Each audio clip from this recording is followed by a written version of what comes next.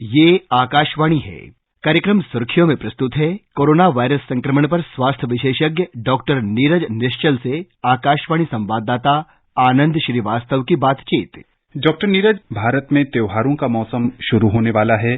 विश्व प्रसिद्ध कामाख्या मंदिर के दरवाजे भी खुल गए हैं और अक्षरधाम मंदिर भी श्रद्धालुओं के लिए खुल गया है। बड़ी तादाद में लोग आस्था और विश्वास को लिए इन मंदिरों में जाएंगे, त्योहारों को सेलिब्रेट करने के प्लान भी कर रहे होंगे।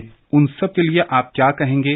आस्था हमारे समाज और संस्कार में जो पहले से इनग्रेन्ड है, जैसे हम किसी भी आस्था के स्थान पे हम जाते हैं, चाहे वो मंदिर हो या कोई भी ऐसा धर्म स्थल हो, तो हमें सिखाया गया है कि अपने हाथ पैर मुंह धो कर जाएं। तो ये स्वस्थ रहने का तरीका जो है हमारे समाज में काफी समय पहले से ही बहुत क्लियरली डिफाइंड है। अब उसको दिन प्रतिदिन में प्रॉपर वे में यूज करने की जरूरत है। इसीलिए आस्था और धर्म के स्थान पे जो अपने डेली रूटीन लाइफ में भी प्रैक्टिस करें। और जैसा कि हमेशा बात करते हैं कि जो कोविड एप्रोप्रिएट बिहेवियर है, जिससे प्राइम मिनिस्टर ने भी वापस से रीइंफोर्स किया है, जो हम पिछले 6 महीने से लगातार कहते आ रहे हैं कि इनका कोई सब्स्टिट्यूट नहीं है। त्योहारों का मौसम है और हमारी कोशिश रहनी चाहिए कि हम इस त्योहार पे लोगों को अपने जो नियर एंड डियर वंस हैं उनको खुशियां दें, न कि कोविड-19 बीमारी दें। इसके लिए बहुत जरूरी है कि हम अपना कोविड एप्रोप्रिएट बिहेवियर, जो मास्क पहनने की बात करते हैं, कप एटिक्वेट्स की बात करते हैं, हाथ धोने की बात करते हैं, बेवजह भीड़ भाड़ वाली जगह पे नहीं जाना है। और अगर आप बीमार हैं, अगर आपको कुछ भी ऐसे लक्षण है, तो डेफिनेटली आपको अपने बाकी लोगों से अलग रखना है जब तक आप स्वस्थ नहीं हो जाते। डॉक्टर नीरज, यहाँ पर एक सवाल ये भी है कि बहुत सारे मंदिरों में प्रसाद भी वितरित किए जाते हैं, या जो श्रद्धालु वहां पर पूजा के लिए जाते हैं वो भी प्रसाद चढ़ाते हैं। बहुत जगह पर कोविड के कारण ये सुविधा उपलब्ध नहीं है, लेकिन जहां पर भी इस तरह की सुविधा है, उन लोगों को क्या कहेंगे जो लोग एक दूसरे को प्रसाद बांटते हैं वहां पर?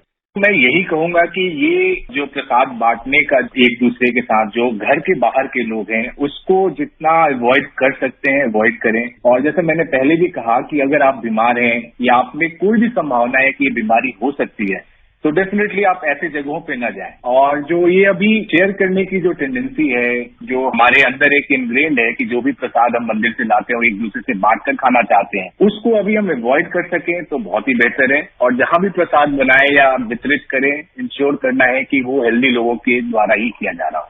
डॉक्टर नीरज, जो कोरोना से लोग ठीक हो रहे हैं, कोरोना संक्रमण को मात दे रहे हैं और एक नई जिंदगी शुरू कर रहे हैं, उनमें एक नई तरह की समस्या देखने को मिल रही है और उसका एक नया टर्म है ब्रेन फॉग। क्या है ये? कोविड-19 एक नई बीमारी है जो मुश्किल से पिछले 8-9 महीने से ही हमारे सामने है। अब इसकी लॉन्ग टर्म कॉम्प्लिकेशंस क्या हो सकते हैं, इसके बारे में हम अभी तक पूरी तरह से क्लियर नहीं है, जो समय के साथ ही हमें पता चलेगा। तो ये एक ब्रेन फॉग सिंड्रोम की जो आप बात कर रहे हैं, उसमें कुछ बाहर की कंट्रीज में डिस्क्राइब किया हुआ है कि ऐसे लोग जो सीवियर फॉर्म ऑफ कोविड में जो संक्रमित रहे हैं, जिनमें ऑक्सीजन की रिक्वायरमेंट पड़ी है, उनमें कुछ ब्रेन चेंजेस हो सकते हैं, जिसके चलते वो उनके मोमेंट्री जो मेमोरी लॉस है, जो चीजों को याद नहीं रख पाने की जो टेंडेंसी है, वो हो सकती है। लेकिन अभी ये प्रिलिमिनरी फाइंडिंग्स हैं। अब ये एक्चुअल में इस बीमारी के चलते है या कुछ ससेप्टेबल पॉपुलेशन है जो इनमें ऑलरेडी ये परेशानी होने के चांसेस थे और वो अब एपरेंट हो रहे हैं। अभी इसमें एसोसिएशन लाना थोड़ा सा अभी कहना मुश्किल है, बट एक पॉसिबिलिटी हो सकती है।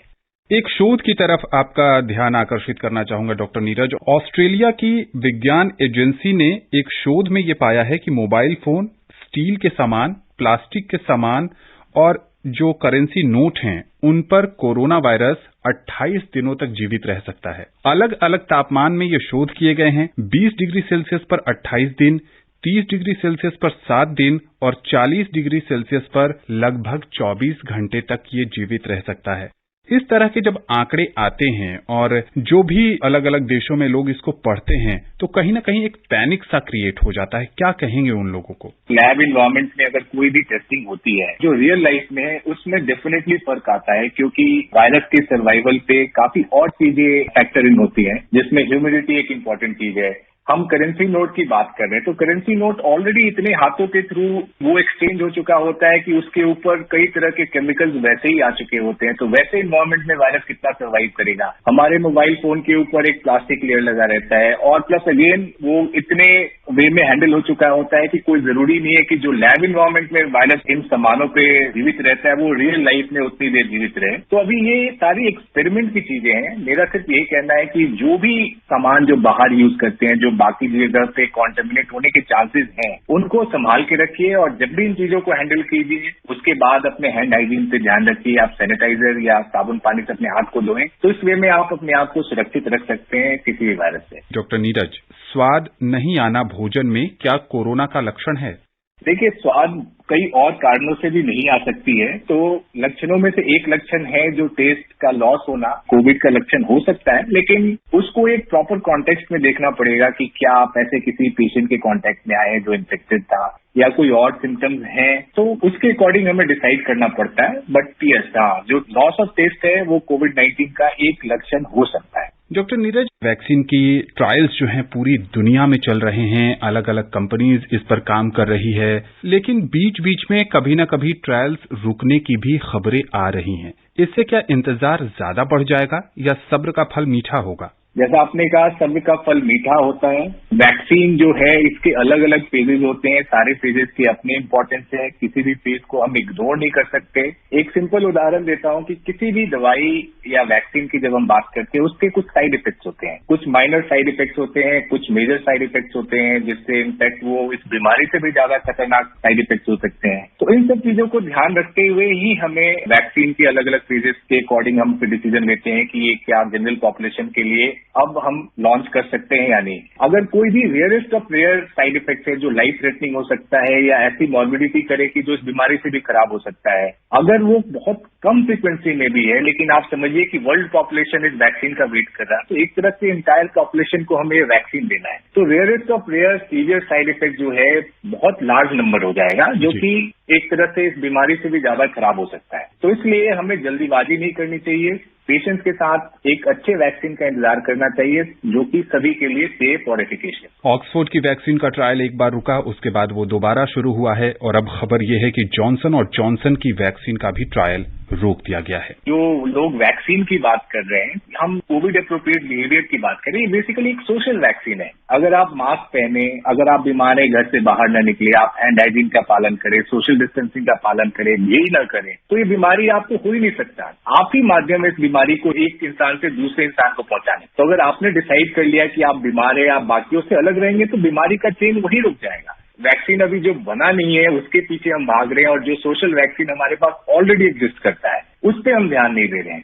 डॉक्टर नीरज, इस कार्यक्रम के माध्यम से सोशल मीडिया पर जो तमाम तरह की खबरें चलती हैं, उससे भी हम श्रोताओं को उसके सच से रूबरू कराने की कोशिश करते हैं। एक इसी तरह की खबर है कि कोरोना से बचाव में आयोडीन बहुत अहम भूमिका निभा रहा है। क्या कहेंगे आप इस पर? खाने की जो इम्पोर्टेंट कंपोनेंट्स है, चाहे माइक्रोन्यूट्रिएंट्स हो, माइक्रोन्यूट्रिएंट्स हो, जो इम्यूनिटी में हेल्प करते हैं, डेफिनेटली उनका रोल है। लेकिन अलग से आयोडीन एक्स्ट्रा लेना एक्चुअली बॉडी के लिए हार्मफुल भी हो सकता है। तो ये जो भी इस तरह के न्यूज पढ़ते हैं, डेफिनेटली आपको हमेशा एक वेरीफाइड सोर्स से चेक करना चाहिए, चाहे वो मिनिस्ट्री ऑफ हेल्थ की वेबसाइट हो, रेप्यूटेड इंस्टीट्यूशन जैसे ICMR या all India institute of medical sciences के वेबसाइट से चेक करना चाहिए।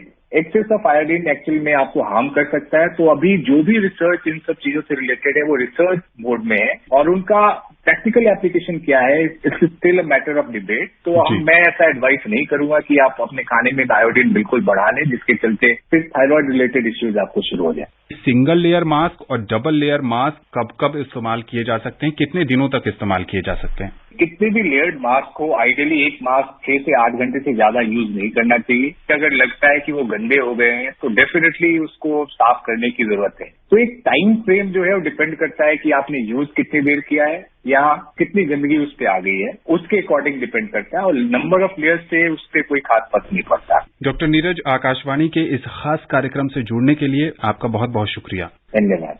अभी आप सुन रहे थे कोरोना वायरस संक्रमण पर स्वास्थ्य विशेषज्ञ डॉक्टर नीरज निश्चल से आकाशवाणी संवाददाता आनंद श्रीवास्तव की बातचीत। ये कार्यक्रम आकाशवाणी के समाचार सेवा प्रभाग द्वारा प्रस्तुत किया गया। इसे आप हमारे mobile app news on AIR पर भी सुन सकते हैं। इस कार्यक्रम के संबंध में अपनी प्रतिक्रिया आप हमें ईमेल कर सकते हैं। पता है airnsdtalks@gmail.com। ये कार्यक्रम फिर से सुनने के लिए लॉग ऑन करें हमारी वेबसाइट newsonair.com।